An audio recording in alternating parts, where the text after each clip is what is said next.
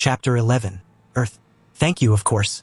While it may be a bit much to ask, I said, looking around the lookout. I'm currently on a mission to defeat one of the worst tyrants in the universe. To do that, I need to be much stronger. Much stronger. I have a few ideas on how to do this, 2 of which you guys can help me with. I'd like access to the hyperbolic time chamber and an introduction to Corinne. There is silence for a moment, as Cammy considers my words. Yes, I've heard of this tyrant from King Kai. Frisia, yes? You truly believe that you will be strong enough to defeat him with what you've asked for? I believe so, yes. Will you help? Ask. We shall do what we can. Mr. Popo, please stock the time chamber. I'll go speak with Corinne. Cammy said. Thank you both.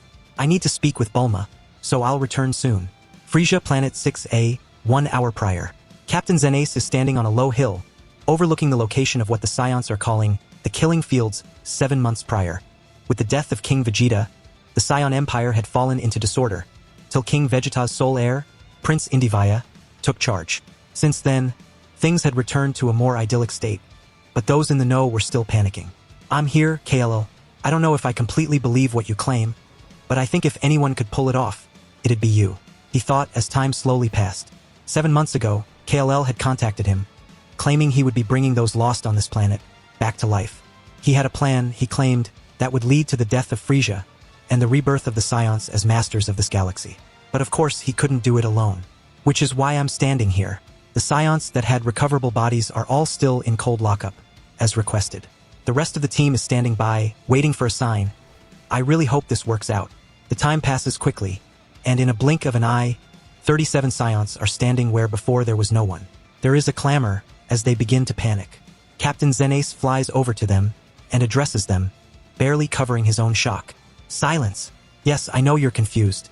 This is going to take a bit of an explanation, but suffice it is to say that you are alive again. Explain now, Xenace. A harsh voice sounds from the edge. Captain Xenace turns and finds himself facing King Vegeta. He kneels immediately, as do all the rest of the Scions. My lord, you, along with the others, were killed by Frisia's brother Cooler. Xenace replies. Yes, I understood that much. How are we alive again? King Vegeta asks. My lord, one of my members, KLL, managed to defeat Cooler. Frisia then killed him to stop him from getting stronger. He contacted me from a place he called Otherworld, telling me that in 7 months' time, he would be able to revive those lost on this planet. He did not say how, but as you can see, it was true. Xenace explained. KLL? The kid on your team? How did he defeat Cooler? Vegeta asks. He transformed, sire. He told me that like Frisia's race, within all Scions is another form just waiting for the right moment to come out. He called it Super Scion. Xenace answered. Super Scion? King Vegeta calls out, approaching Xenace. Did you say Super Scion? Yes, my lord, Xenace replies. And he says we can all reach it? King Vegeta asks, after a moment of silence. Xenace answers that that was what he had been told, while Vegeta paces. Interesting. Anything else to report? He asks. Yes, sire. KLL believes that within the next month, he will be strong enough to kill Frisia as well, and plans to return and enact his revenge. Frisia believes Cooler to be alive, and KLL wishes for us to use that against him. He asked that we head out and begin spreading the rumor that Cooler was seen in different places, so as to lead Frisia into a location where he may fight him one-on-one. Xenace finishes. Oomph. Very well. We shall head out and begin. If you can contact KLL, let him know that he has my thanks, and if he needs anything, to simply ask. Also, send a message to my son. Tell him, Legends state across Reborn. He'll understand. If he gives you any orders, follow them. Vegeta orders. Yes, sire. KLL did ask, actually. He said that a woman named Bulma was integral to his success. He asked that when this is over, and Frisia has fallen, if you would allow her to meet you. Xenace asks. I see no reason why not. When this is over, we'll work it out. Did you bring ships for us? Vegeta asks. Yes, my lord. Please, follow me. Earth. I knock on one of the many doors within Cammy's lookout, sensing Bulma within. I open the door when she calls out for me to come in. Bulma. It's nice to meet you. I'm KLL. I say, seeing her sitting at her desk. She turns, taking me in for the first time. I didn't realize you were so young. How old are you? She asks. I'll be 13 in just a few months. I just wanted to thank you for reviving me, and my friends, and of course, for the rest of the help you've given. I tell her, as I sit down in her extra seat. It's no big deal, especially if it means I get to meet Vegeta. You said he is king of your people, right? She asks, leaning forward. He is, yes. I haven't interacted with him much, but he seems an alright guy. I tell her, looking around the room. Is that? I ask, pointing at a schematic she has up on her screen. She turns, looking at it as well. It is. It's rough and will take some trial and error, but I'm almost certain I can build it. It'll take a month or two, though. She replies, that's fine. In fact, I had an idea. Located within Cammy's lookout is a special room. Within that room, time moves much, much faster. 1 day outside is 1 year inside. If you were to take your equipment in, you could build and test as needed with no time at all passing out here. I explain. That seems like an interesting idea. I know you said you have very limited time to get stronger, and if it means I get to meet Vegeta, I'll do it. I'll need help loading it all up and carting it into the room. She replies, standing up. Of course. You just tell me what you need, and we'll make it work. Alright?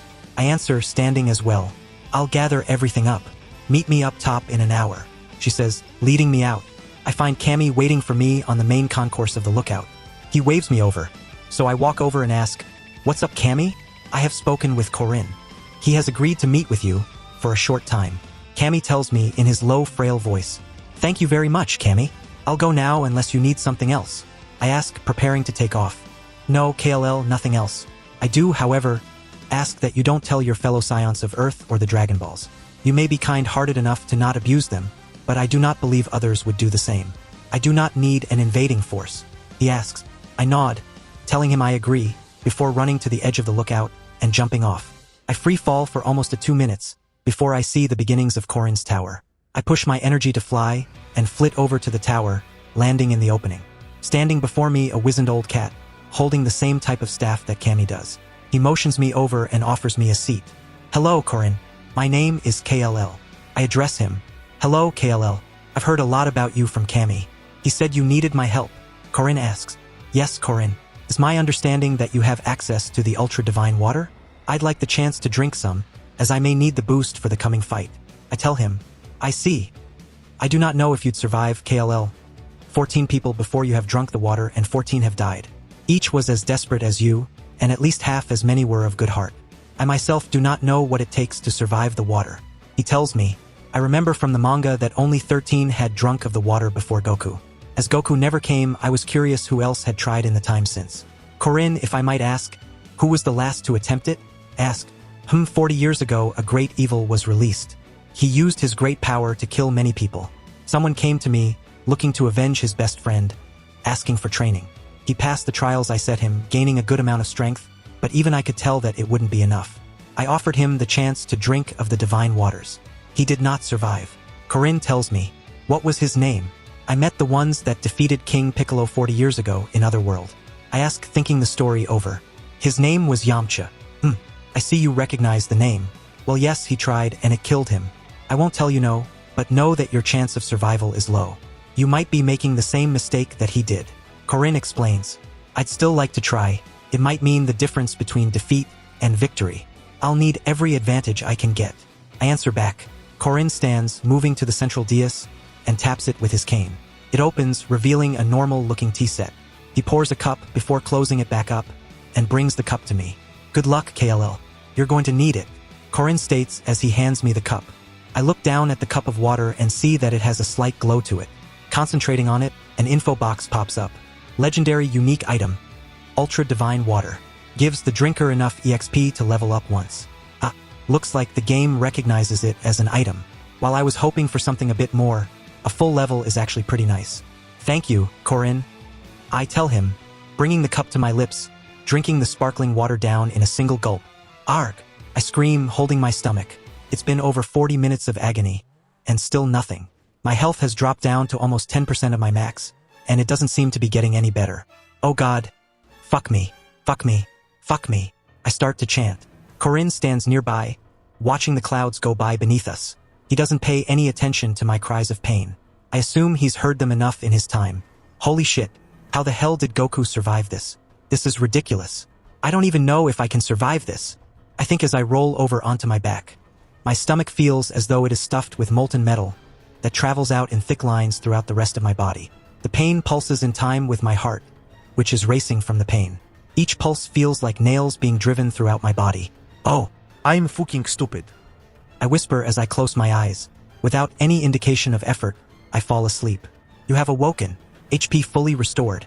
Due to healing from less than 30% HP, you've gained a Zenkai bonus of 0.1. Due to the feat Enhanced Zenkai, that bonus is instead 0.2. For surviving the Ultra Divine Water, you have gained 112,000 XP. For surviving the Ultra Divine Water, you have gained the special ability, Spark of Divinity. Level Up Alert. 200 XP till level 15. I wake up to Corinne standing over me, prodding me with his cane.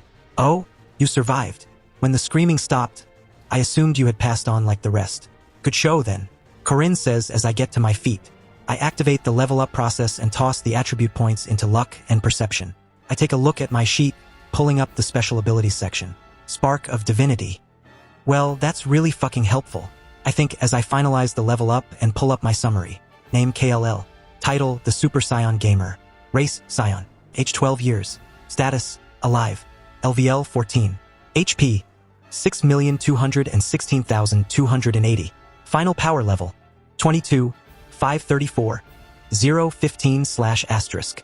Final power level Super Scion 100, 237, 515/*********.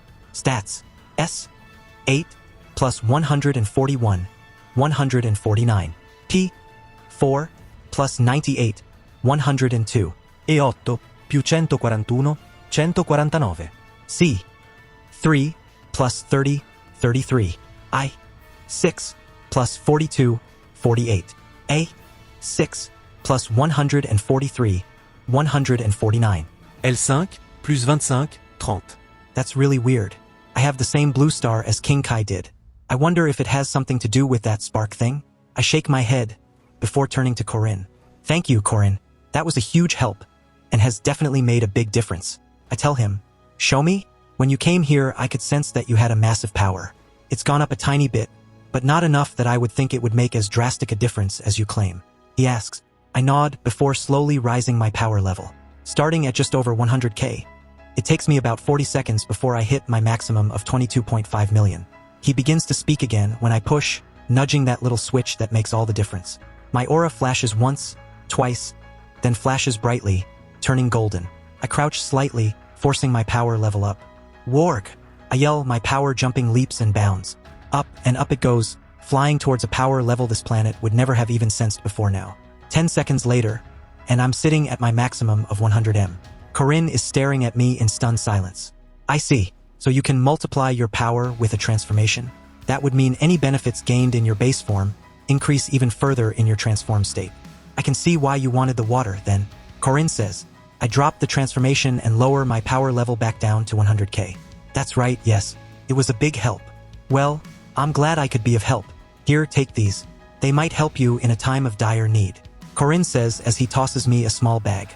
I pop it open and look down to see 3 little green beans. They show as rare items to me and say they will heal 100% of my HP.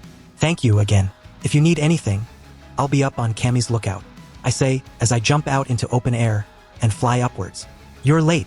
It's been 3 hours. What could you possibly have talked about with a cat for 3 whole hours? Bulma yelled at me once I had landed. I tried in vain to apologize, but she would have none of it. I know how Goku and Vegeta must have felt. Alright Bulma, I get it. I made a mistake, and I'm sorry. Could we please move on? I have a galaxy to save and all that. I remind her. Oh, right. Yes, here. She says, handing me a bag.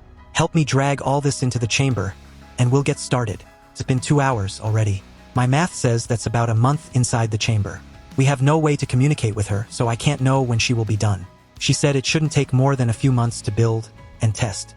I sense Mr. Popo approaching me from behind. KLL, there is something I'd like to show you. Follow me, please, he says. With no reason to continue staring at the door, I follow behind him. We go down several passages, till we come to a silver door. He pushes it open and I follow him inside. The walls are pitch black, darker even than the darkest night. They almost seem to go into infinity, except I can hear our steps echoing. Where are we, Mr. Popo? I ask after we stop. This is the pendulum room. It allows your mind to travel to any point in time and experience situations. If you're interested, there may be training benefits from it. He tells me. I remember this room now that he's mentioned it. I nod as he activates the lights. High above me hangs a pendulum, while I stand within a silver circle. Just concentrate on what you'd like to experience. KLL. He tells me, I need to be stronger. I need to be stronger. I need to be stronger. I begin to chant. There is silence. There is all-encompassing blackness. Welcome to the training room. Please select a level. 1. They have arrived. 2, 3, 4, 5, 6, 7, 8. Well, this is interesting. I think as I reach out and tap on number 1, the world blurs around me, spinning rapidly. With a lurch, the world is suddenly at rest.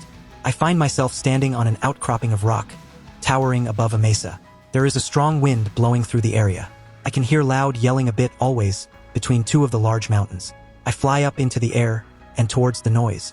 I drop my power level down to 1 so no one can sense me.